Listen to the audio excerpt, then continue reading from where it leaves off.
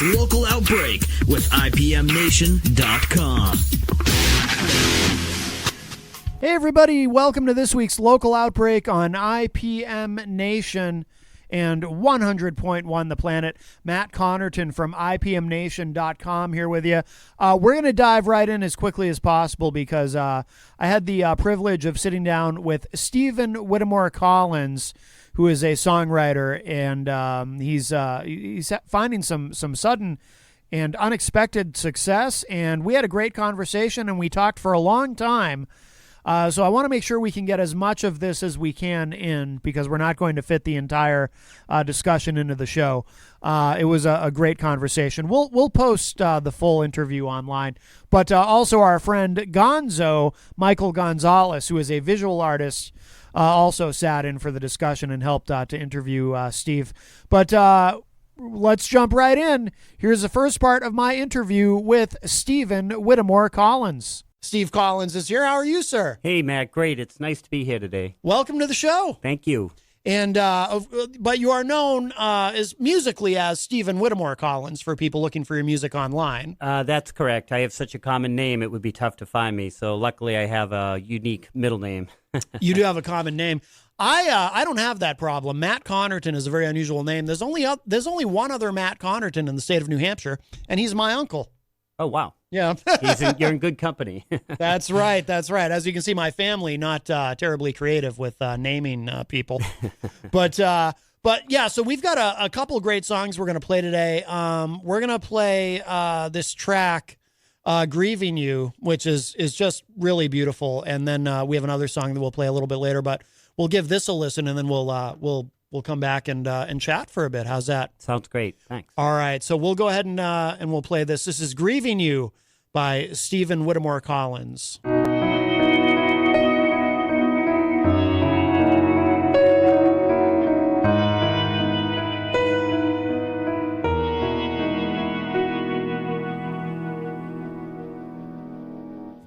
Every time I turn, I can see your face. Shadows changing on the wall. Sometimes when I wake, I can hear your voice fading away like a dream. Please don't go. Please stay with me tonight. Funny how it feels, I can disappear. I can never love again. Maybe we would fight, but I wish you knew how I long for just one more day. Please don't go. Please stay with me tonight. When I find you, I'll be alone. Will you guide me home? On my knees and praying, where are all the angels? Will you help me carry on? Always when I play, I will think of you. I still love you so much now. Sitting here all night, and I tell myself tomorrow I'll begin once again. Please don't go. Please stay with me tonight. When I find you, I'll be alone. Will you guide me home? On my knees I'm praying, where are all the angels? Will you help me carry on? Sitting here all night, and I I tell myself tomorrow I'll begin once again.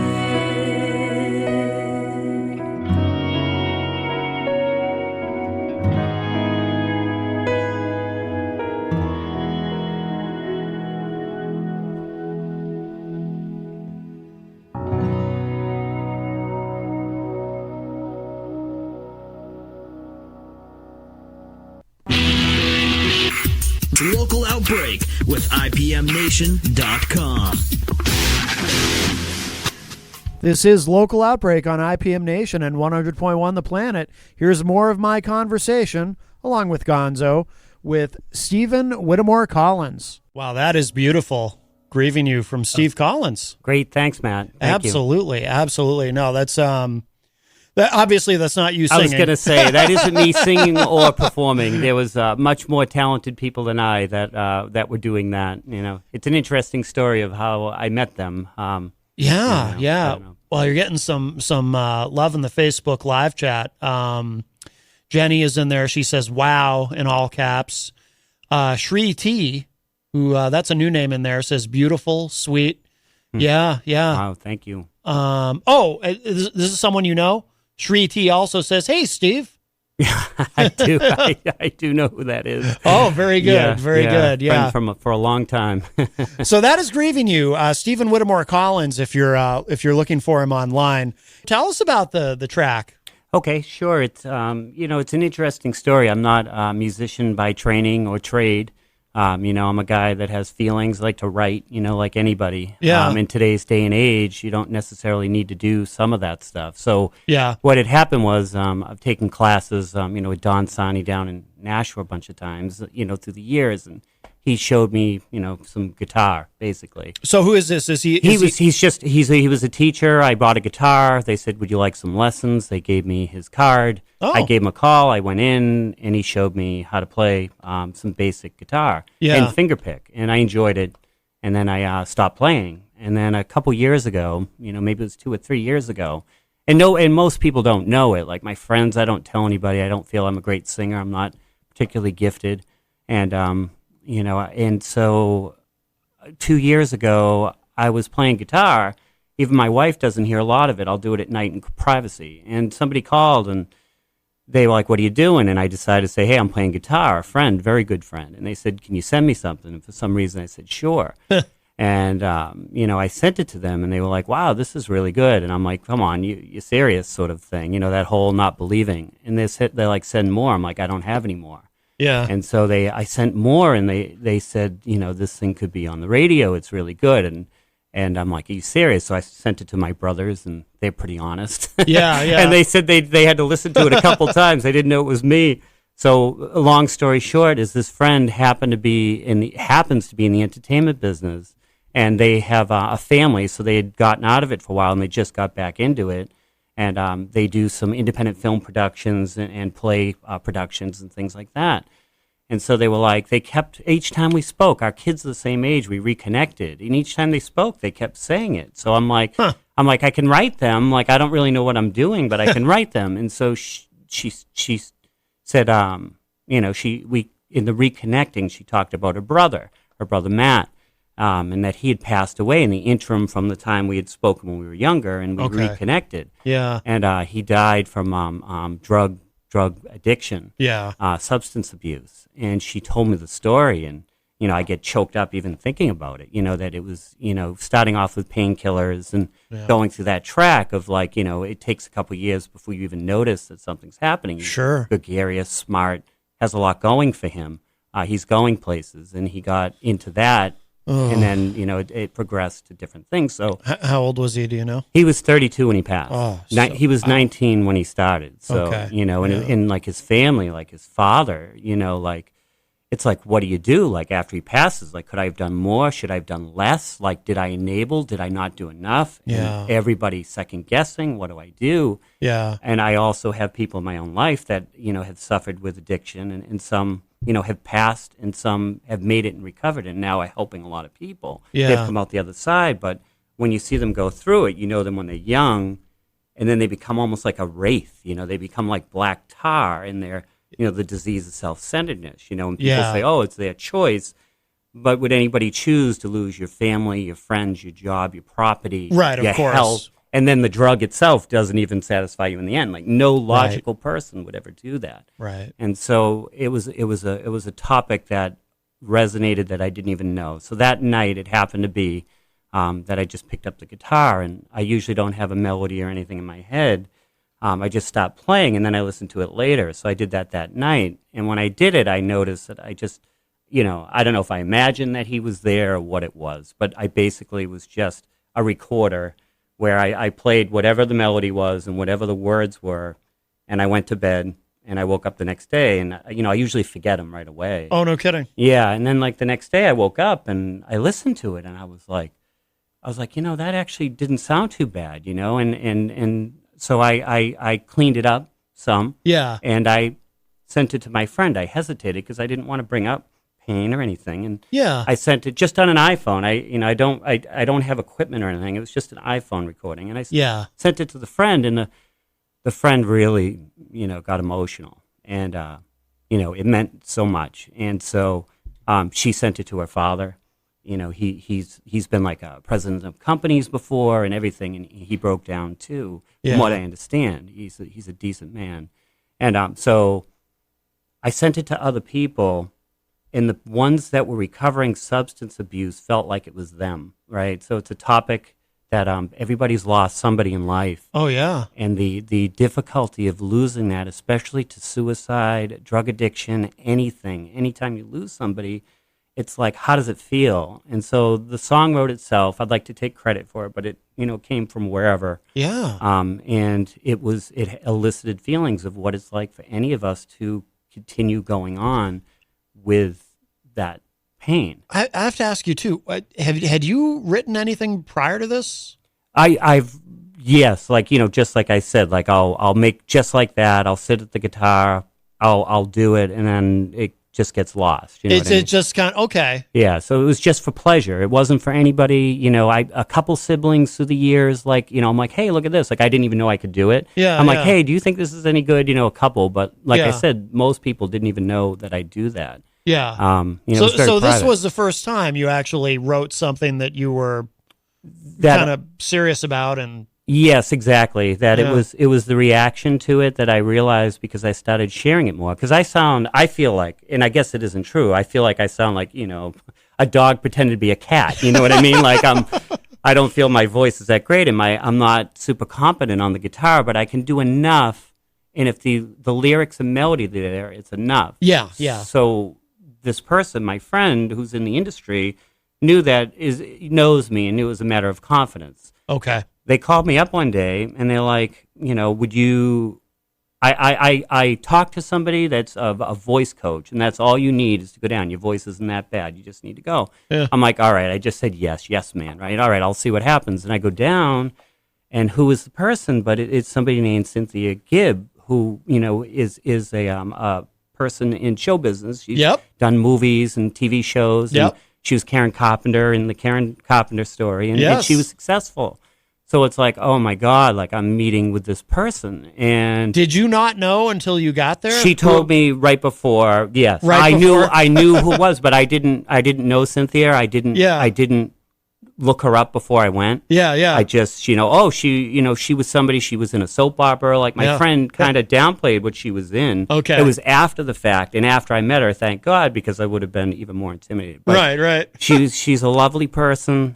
She was so encouraging, and she helped me a lot. She taught me things. She told me things about my voice, and she was laughing because I understood everything she was saying, but I had no baseline to go on what was happening. So.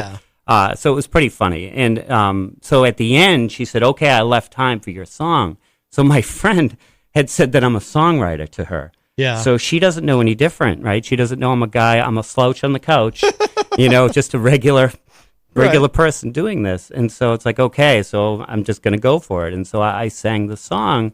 And she wasn't critiquing the song. She was trying to help me to sing it. Right. But under her voice, I heard her say it, like that was really beautiful, she said. And so, I'm sorry for the people on the radio that don't find it beautiful, but she did. And it encouraged me. So then my friend called me And she's like, I'm doing a movie, and we have to do a track with a producer. And I met him, and I think you really like him. And his name was Larry Edoff, or is Larry Edoff. Okay. And she's like, I want you to call him and, just make up a couple songs and send it to him and see if he's willing. So I texted him. He said, sure, I'll send him. I'll take a listen. And he's like, I like that one, Grieving You, that you did. That's something we could work with. So I talked to my wife. She's very supportive too, but it's different because, she's always going to support me on things. So which is wonderful, but I'm hearing it from outside as well. So Larry, he's an amazing pianist. Like the spirit and the heart that he's able to give when he plays piano is unbelievable. And I heard that and I was so impressed. Yeah. And so he put down a track of piano and he sent it to me. And he doesn't know who I am either. I'm a regular musician as far as he's concerned. He knows, He knows now with this radio show. Yeah, the secret's out. And he had me practice singing. He's like, and this is right before COVID. And he says, I want you to come down and we're going to have you put your voice over it. He's thinking I'm going to sing on it. And there's no way I'm going to do that. Right, and so I go down. And he lives in an area, forgive me, Larry, if you're here, I don't want to give up your identity and where you live, but he lives down near Westport, Connecticut, and it's a really beautiful area. It's stone walls and fields and hollows like the Headless Horseman, it's nice, and with really large gated homes and other things. So I'm going down in my Toyota, with a split window. My window had been cracked recently. Oh, really? Yeah, and I'm going through, and I wasn't intimidated, but I was finding the irony of being up here, like the little mouse going into the city kind of thing, and he has all these real professionals, like amazing people. Yeah. And so I show up at the door, and Larry has a large home, and his neighbors do too, and later I've since found, like, that whole area has a lot of celebrities. Oh, it's okay. like, producers for Pink and all these things. And I'm like, oh man, what did I get into? Yeah. And before that, my friend had said, "Do you really think I'm going to give you my contacts if you're going to embarrass me?" So that helped me. Right. And so, so I went in, and Larry, we didn't have much time, and he put me at ease. He was such a friendly, nice person, and he took me in with my chewed up guitar. And he's like, go stand over here, just like here, with big oven mitts on my ears. Yeah, you know what I mean? The big spit microphone and all the stuff like you see in the videos. Oh, yeah. And I'm standing there, and it's like I could freeze up, I don't even know. And he's like, all right, he's testing the system. He's like, sing a few things. I'm like, me. Yeah. And so I sounded like crap, and he hit a button, and in my ears I could hear my own voice, and I suddenly sounded like an angel. And I was like, all right, I could do this. So I sang the song. Wow. And he used that, basically. We established what we were going for. Mm-hmm. It had melody and lyrics. It needed production. And in Larry's heart, it's a partnership. Yeah. And so he organized it. He got the musicians. He got session musicians like Ben Butler. He's like done touring. With Sting and Paula Cole, I think, and other people. Okay. So he got real talented people to do this. Yeah. And he tried a lot of singers, like Adam Pascal. He was on Broadway, and other people that he used on it. But then he did one. There was a woman from American Idol, Marissa, who sang the song that we just heard. Okay. Marissa Pontecovo. Okay. And she sang the song, and when we heard it, we loved it. She, her feeling, her soul, it just... I haven't met her, but, hearing her talent and what she did, it was incredible, know. And so I get it. I meet with Larry, we talk more. We're getting to know each other. We're we became friends fast. And so the song, I was like, well, what do I do with it? And so, I decided to send it around to friends, right? Like, what does anybody do that's not a professional? You don't have an outlet. Right. And instead of saying it was me, because I'm not going to admit it until now, I said, hey, do you know who this artist is? To most of the people. Yeah. That way I could send it, and if they don't like it, I don't have to admit it, know? Right. Yeah, that's true. So, the response I got as I got these people, what I realized is that there's a lot of people grieving in life, especially as you get older, that, people lose their children, they lose a lot of people. And my friend that inspired the song, her brother and my other relations, that they were saying, like, that moved my grief. Mm-hmm. They didn't know it was me. And they were saying it made me cry. I had a huge percentage. I teared up during that. That was lovely, or the vocals, or Larry's, production of it, and Marissa's voice. And it was like, what do I really do with this? I don't really have anything to do with it. So COVID happened. Yeah. So, there was some possibilities going around at that time, but then everything got isolated and it kind of went in the can. So I have an acquaintance who, Rob Kleiner, I hope Rob doesn't mind I mention his name. He has done a lot of music work in New Hampshire. He had mentioned there was somebody, that sometimes features local artists. And so, I'm not looking for money. I'm not looking for fame. It was a song written from, from inside, an expression of feeling that it seemed to help people that listened to it. It definitely moved me and my friend and my wife and other people. And so I just wanted it to be heard, and if somebody's like going through like a funeral or a Facebook tribute or anything like that, it's not an anthem, but to be able to have something that you can play on top of photos or whatever, or you're struggling to know, like, in that moment of spirit, whatever it was, whoever it was, if it was me or not, I have no idea. Yeah. That, that they see, they understand, and we understand, and we're all going through that together. Right. Oh, absolutely. Gonzo is here, by the way. Hello, Gonzo. How you doing? Good. Yeah, I heard that in the car. Yeah, it's beautiful, isn't it? Yeah, you sound like a girl, though. I worked on that. They had to use a lot of tight instruments to get me to get that high. No, it's beautiful. Thank you. Yeah, Thanks. no, it truly is. And isn't it amazing, too? I was thinking about this while you were talking, and it started with you went and bought that guitar and you took some lessons. And then how long did you said you didn't play for a long time, right? That's right. Yeah, I didn't. So I'd say 10 years maybe. I got the guitar. I played around with it for, a couple years, took lessons with Don. Yeah. Could never really master the bar chords. Most of it's open chords. Yeah. And so, and then I went to work and I got busy and I had a son and I didn't do it, but I my last company, it was sold and it was split up. So I found myself that I was in between jobs. So you're feeling moody at that time, right, yeah. And so I picked it up and I did it, and never, it was just one day. You know what I mean? Yeah. It's just coincidence. The person called on that day, and it's so weird though how that can happen. How life just.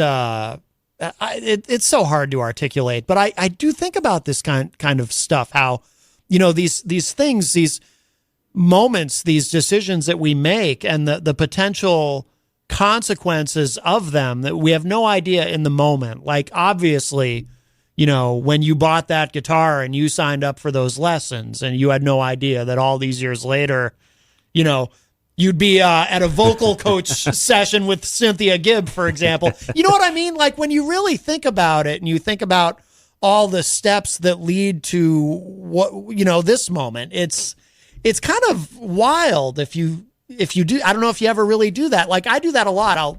I'll think about, well, how did I get here? And then I think about everything that led to this moment. It's like, wow, it's kind of crazy. Yeah. There's a great speech by Steve Jobs. He did it. I don't know what college it was, Stanford. I don't remember. He gave a commencement speech, and he really put that into words where he said his whole life, like he audited. He's audited like a calligraphy class. Yeah. And what good is that, right? At that age, and he did all these things, but it was at the end of his life, or later in his life. For him, it was the end. But later in his life, it was only in hindsight that he could connect the dots at all these things, because word processing has that stuff, because he happened to audit that class and understood that technology and put it into the first Mac, which was then used in other word processing tools. So it is a funny phenomena how that happens. Yeah. It really is. Like you say, oh, if I could go back in time and switch that one thing I did, which is probably a really bad thing you did. Right. But you can't, because if you do that, then you wouldn't be married with your beautiful kid. Right. You know what I mean? Yeah, Something could just alter it. The butterfly effect, I think they call that. Totally, right? man. Totally. Think about it. One change in anything. If I didn't come here today, and something different, my life would be different. It really would. I mean, I could get in a fender bender or something like that. You know, Right, you hear right. the 9/11 people like, man, this is the one day I ever called out sick. It's like, well, go figure. That's weird. Right, That's right. a weird coincidence. Right. Yeah. But yeah, it's so strange. So what? So are there plans to, the song? It's very. I mean, it's got a cinematic feel.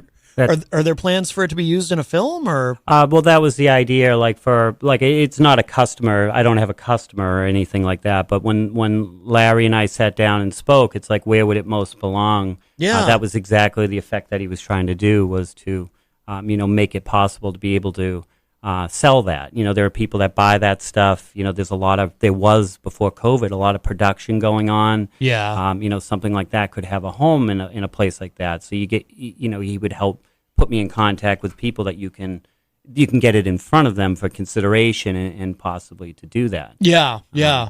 Very cool. It's so cool seeing something like you said. You just haven't played in a while. You just kind of messing around, and now you're like legit knocking on the door to like upper elite level. Oh yeah. That was. So if you have something out there, like it's never too late to just start something. Right. Start drawing. If you think you suck at drawing, good, because that's what sells now. Gonzo's an artist. Oh, are you? Yeah. Okay. Yeah. And it seems like you got some momentum, and I would just ride that wave as Yeah, I'm long and hard as possible. Oh, I'm yeah. like the Grandma Moses of music at my age now, right? Yeah, I mean Susan Boyle, right? She started at like 50, and Yeah. Well, in a lot of it is like partner. The good thing about being my age now is that with that sort of stuff, if you have something that's from the heart and it's not bad, life is about partnerships. A lot of times when you're young, you think, oh, I need to learn how to produce, I need to learn how to play guitar and write, and it's do it all yourself. And a lot of people that you hear the stories, they do that, but it's really, if you find partners where you're weak, I learned that in business. Yeah. You can achieve a lot of things like that. Yeah. No, absolutely. Very And well put. you can't fake talent either. So it either shows or it doesn't. Right. And like no matter what level you think you're at, if you just put it out there, like you said, put it out there, send it to your critical brothers or whatever, and they'll tell you, you can't fake talent. No. You can't, because it's apparent that you're talented. So Thank you. it's cool. It's interesting when you were talking too about sending the song to people, but not telling them it was you. It's a good idea. And I thought about, well, there's a sometimes in the music industry, there's been stories of like a label, maybe a band is trying to make a comeback or an artist is trying to make a comeback, and the label sends the music to radio stations under a fake name, so that because maybe the band has a certain stigma about them or whatnot, or they're considered old hat, so they'll send it under a fake name to kind of gauge the reaction, and then if they get a positive response, they'll say, okay, well, it's actually the new comeback song from Def Leppard or whoever. Yeah, I am a coward. No, but it's proudly. No, it's smart though. I mean, that's the best focus group you could have, right? If you're sending it to people anonymously, like you have and pretending like you have no dog in the fight, and then you're getting an honest reaction from them. And some people might sugarcoat a response if they know it's you and they don't want to hurt your feelings. Oh, yeah. If they hear it's Joe, Larry, Joe Blow or whatever, they're just gonna be like, yeah, it sucks, bro. It sucks. Right. And like kind of you need to hear that, Yeah, But yeah. otherwise they'd be like, oh, it's good. Like Right. They'll sugarcoat it. And I find that a lot where people tell me my stuff is good when really it's not. And if I went in as a stranger, they might say, well, I don't know, who is this guy? He sucks, Right. It's a good way to elicit a honest response. Yeah. Yeah, dishonest, honest response. Yeah, right. Thank you. Thanks. So what's so you've got another song that we're going to play in a little bit, but do you have, are you like, what's the current trajectory of everything? Are you working on an album? Are you going to be recording more stuff? What do you, There's really not, this is like, we were talking about connecting the dots. Like really it's just getting it out there, following that. Larry has a lot of connections and he's connecting it on that, but there's not a real project. It was more, the priority to me was, if it's here in your audience, I'm thrilled with that. Yeah. If it means something to anybody grieving, that's really where it's at. It doesn't, the money, fame, none of that matters. I just want it to be heard. Right. And there's, of course, a lot of people grieving these days too with COVID. There's a lot of people. I mean, we just lost here. I didn't know him personally, but I felt like I did because I was so used to hearing his voice when he'd call into the morning show. A gentleman named Gary Tibbetts, who was a police officer in Manchester, and he had moved away to Florida, but he passed away from COVID-19. Oh, wow. Down in Florida, and it's it really. Gonzo? Did you know? Yeah, I know it sucks, man. You knew Gary? Yeah, I mean, T was like my fave. I love Mr. Tibbetts, and Gary was his brother. I kind of knew him as that, and then from the morning show, you got to know him a little bit better. I wasn't like homies, right? But man, it sucked, and it was the first time that and I hate to say this in a weird way, but I can finally say to people, hey, this thing is real, dude. Not saying, oh, good, it happened, but let's make some good out of it happening. Right. Not like it's obviously not good. It's awful. But no, but why waste it, man? Go and make a point out of it. I know what you're saying, though. So now when some smart ass says to you, well, do you know anyone who's died from it? You can say, well, yeah, actually, I have. Yeah, like a buddy, a true blue Manch guy. Right, exactly. Yeah. No, I know exactly what you're saying, yeah. Local Outbreak with IPMNation.com.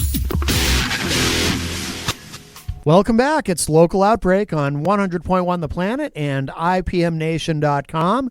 And here is more of my conversation with songwriter Stephen Whittemore Collins. So where can people get the song, Steve? Where should people go online to get it? Well, I registered with CD Baby, and they put it onto all the music sites that there are, Spotify, etc. I also put it on YouTube, so it's free, to go there and get that. Yeah. That both songs that you're playing today are on there. Excellent. Yeah.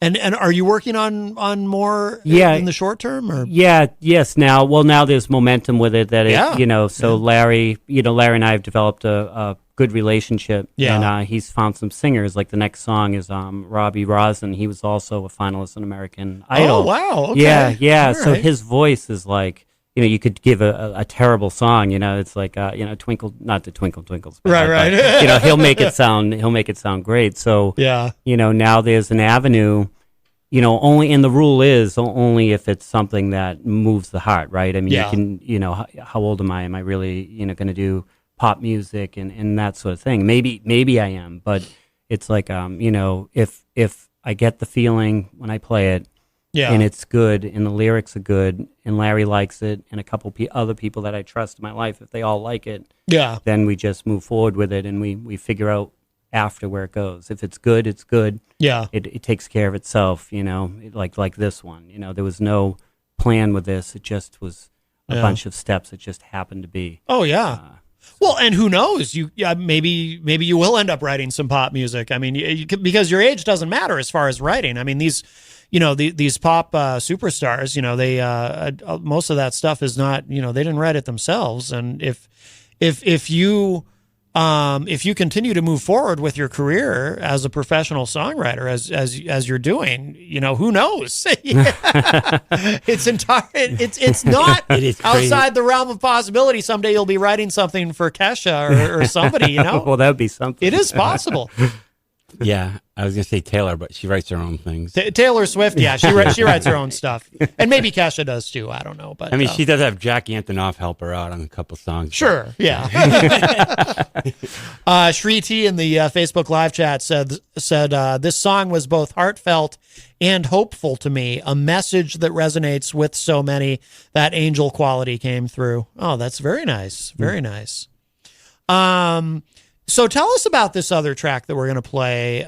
You mentioned Who Sings It, Standing Before You is the name of the song. Anything else you want us to know about it? That was also produced by Larry. He played the piano and bass. The first song, there was a lot of production. It was cinematic. This one was more just felt that it should be simple. Let the song and the voice and the instruments play for themselves. So the same thing. that it was just picked up the guitar. The melody just came out almost in full within 10 minutes, 20 minutes. And then the lyrics, the same thing. It's almost like It Isn't Me. It's weird. That the lyrics just started coming out, and I'm like laughing, I'm texting my friend, and as the lyrics are coming, I'm like, look at this. It's like I don't feel like I'm writing this, and I was writing it all down, and it came out almost in total, both melody and lyrics. Again, I don't know what that is, like your subconscious or whatever that is. Yeah. And I didn't even know what it was about, and then it was I was busy with my family and being a dad and working and everything and husband that I didn't get back to it for a couple days, and I turned it on and I'm like, this thing's complete. I didn't even realize it, and I didn't remember it either. No kidding. And so then the problem is that I'm not good enough to be able just to mimic something. So when I hear something I don't remember, it's like I have to learn how I played it.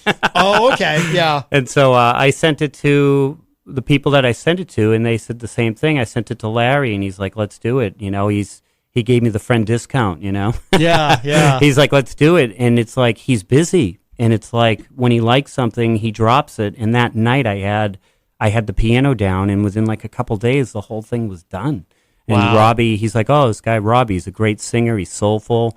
I'm like, Larry, one thing, I don't want anybody old. He's like, you call me a dinosaur on this thing, So he's like, I know a good young guy that does it. And and so he sang it, and I'm very happy. And it almost feels like bookends. I'm not sure what it's about exactly, but when I hear it, I hear, kind of, just unconditional love, kind of like from somebody, something beyond, that you're either somebody or not.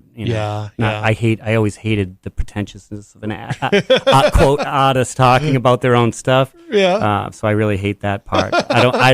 So your audience, I really don't know what it's about, but it just came out as it is. So take it for what it is. Cool. We'll play this in a moment. And again, where should people go online? Because Stephen Whittemore Collins, that's your professional name, shall we say, as far as your music? Yeah, when I did it on CD Baby, that's what I did, and I tried to put it so that the artists were in there, so people would know it wasn't me singing that. Right, I noticed that. Yeah. So there was one website that did it. It just shows my name, and I'm trying to get them to change that because I don't want to take false credit for a job that. I mean, this is their hard, their work. They did that, and so. But yes, it's Stephen Whittemore Collins. You could put in the Robbie Rosen or Marissa Pontecorvo or Larry Edoff, and one of those combinations will probably find it. It's on Spotify and a lot of other music services. YouTube, for sure. I've definitely seen it there. Oh, yeah. By the way, our friend in the Facebook live chat, Bobby Champagne, says it's funny. I do a little writing for my own pleasure, and that's how it happens for me. All at once or nothing at all, it's a flowing of expression for some. Yeah, definitely. That's how it is for me, and sometimes it's good, and a lot of times it isn't, and I once heard somewhere, you hear stuff through life, and they're saying the difference between a good poet and a bad is the bad one publishes everything, so if you do 1,000 songs and you just take the good ones, that's what you're remembered as, right? Right. Yeah, that's a great point. Well, we'll give this a listen. Steve, thank you so much, and you're welcome to stick around afterward. Sure. I'll just listen if that's okay. Totally up to you. Okay. Should I leave your mic on in case you want to chime in on something? Sure, that's fine. All right, cool. Great, thank you. It was nice meeting you, and thank you, everybody, for listening. Yeah, no, I'm glad you're going to stick around. Gonzo is here, too. And don't say goodbye yet. Standing Before You by Stephen Whittemore Collins.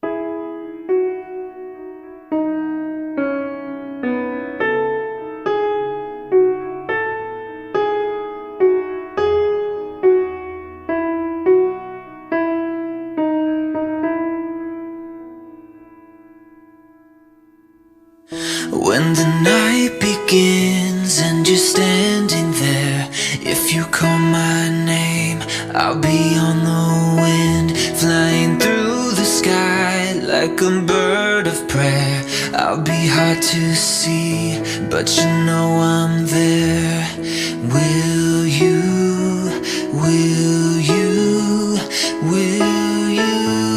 love me when the night comes? I'm standing before Always you're my love.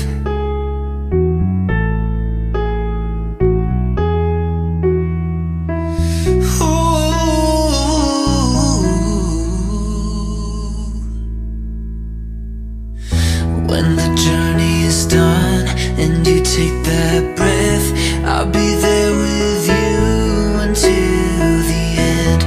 Now the time has come, face the setting sun, feel the rays come down upon the path.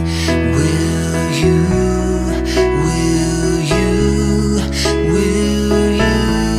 love me when the night comes? I'm standing before you, my love.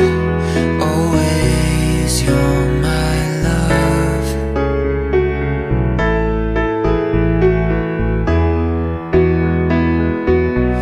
You're my love.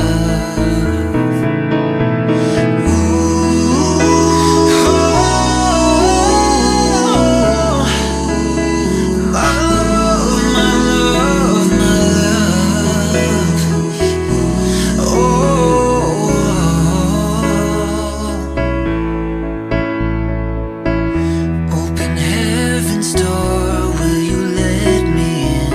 I'll be on my knees and not the same.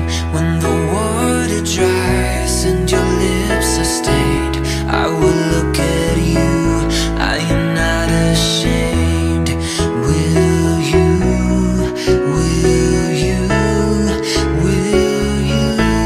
love me when the night comes? I'm standing before you, my love.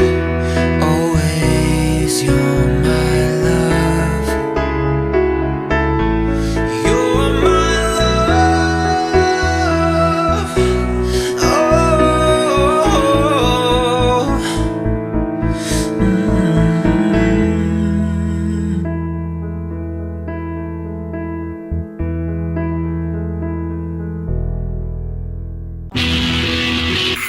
Local Outbreak with IPMNation.com. Welcome back to our final segment of this week's Local Outbreak on 100.1 The Planet and IPM Nation. And there's more. We had a very long conversation with songwriter Stephen Whittemore Collins and my friend Mike Gonzo Gonzalez, who is a visual artist. He was there as well. And so we've got a lot of audio left. We're not going to be able to include it all in this week's show. So what I'm going to do is I'm going to share with you a little bit more of our conversation. And if you want to hear the entire thing, go to the website, ipmnation.com/local outbreak, where you'll be able to get access to the entire conversation. The whole thing is almost 2 hours. ipmnation.com/local outbreak. That is where we do archive all the shows, and you will be able to get the entire discussion that Gonzo and I had with Stephen Whittemore Collins. But so we're going to finish out this week's Local Outbreak here on the planet with just a little bit more. Maybe this will whet your appetite to want to go and listen to the entire thing. And it was really nice to meet Steve Collins and really enjoyed talking with him. Very, very talented guy. So here's a little bit more of our conversation with Steve to close out this week's Local Outbreak on IPM Nation and 100.1 The Planet. Steve Collins is here with us today. He is he'll probably be a little quiet, but feel free to chime in when you'd like. Great, thanks. You are at the news desk after all. It's a very important very important position. And we will now bring him in officially on the couch. And excuse me because I forgot your name. Steve. Steve. All right, yeah. So what do you and feel free, we have no agenda on the show except to get myself in personal trouble, which I do a lot, and to talk crap about, people and get our hair done and gossip. We do that. I could say anything right now, and the dump button won't be hit. Matt can't text and talk at the same time. It's great. Gonzo, before you ask what you're going to ask Steve, I don't want to miss this. There's we got a message on the text line. Someone said, "Standing Before You could be great for Yellowstone TV series on Paramount with Western themes, live survival." Okay. Best of. I don't quite know what all of that means, but that definitely had a cinematic feeling to it. That's too. what they're saying. I think. Yeah. It really was beautiful. Yeah. Oh, great! Thank you. Thank you for honestly both songs. Very cinematic. But yeah, go ahead, Gonzo. You were well. How'd you guys get in touch with each other? That's what I wanted to know. Oh, a mutual friend. Cool. A mutual friend connected us. Yeah. Yep. So seems like you don't really do this that often. You're kind of like a little nervous. This was so a little nervous, but on the political side, like I was telling Matt, I'm actually not super knowledgeable on the topic, so I just wanted to hang around and laugh, listen to you guys, on that. As far as the music and the arts are concerned, own it, because a lot of people. What I've learned is when I go into something shy, it doesn't help as much as if I'm almost. You don't want to be a like overly confident. Like you don't want to come off wrong, especially with visual arts and stuff when I'm presenting and trying to sell stuff. But confidence is huge because no one's gonna buy into you if you don't buy into you. You know what I mean? Like I get it. And, you got that persona down perfect, the shy songwriter, perfect. You know what I mean? And, I would say, if it's great, though, man, own it. I can't tell, like, when I do something, I really can't tell if it's good or not. I rely on other people to tell me. So interesting to me because, like, you said you didn't really listen to music, and it's like, yeah. But you write music. I know, it's weird. I know. How do you know what note goes where, then? I Or know. does that all feel? It's all feeling, yeah. I took some guitar lessons, which helped. And, that's even cooler then. But yeah, like I haven't listened to the radio, and I don't know how long for in the car driving or anything. It's weird, Yeah. But I don't want to be like sound pretentious. I mean, if the audience hates it, it sounds pretty funny, like the guy thinks he can write. But I honestly can't tell. Like it just happens. But what's weird about it is it doesn't sound like you just started. It sounds like you're at a 9 out of 10 already. So how are you, when you don't listen to the radio in the car and you don't really know scores and, I'm sure you have a template of how to write a song and all that, but like, it's crazy to hear it. And it sounds like you've been doing it for, 20, 30 years. And I'm not just, deriding you right here. I'm like, I'm perplexed because it's like, how can you be polished and not know what you're doing? I know this is going to sound silly, but when the Beatles anthology came out, I listened to the CDs, and they have a lot of back talk and the mics and stuff, and so you'd hear it. Yeah. So I was like, oh, okay, that's how that goes, and and then the rest is just feeling. And of course, having people that are professional, it's like I could never bring that out like that. They brought out their heart and they put their piece into it. Oh yeah, You know what it's like, Matt? It's like in The Simpsons when the guy comes as Michael Jackson. Yeah. The white guy, he's like, I'm Michael Jackson. Right. It's like you got reincarnated as Phil Collins or something. Right. It's like I'm just going to step into this role now. Yeah. But you're right. I am shy on it because it's not, like I said, I didn't even play for my I bet you wife. hear this a lot, though. When you come in raw with the professionals, they almost prefer it than to unteach you bad habits. They can kind of mold you the way they want. It could be. Larry's been great on teaching me different things. Because you don't have to unlearn things. Like a lot of sales jobs, the salespeople will look for people who've never done sales in their life because they don't want to have to unteach you what the other sales manager taught you already. Yeah. Bad habits, because you can get stubborn. If they're like, well, try the D flat. You're like, no, it's C minor.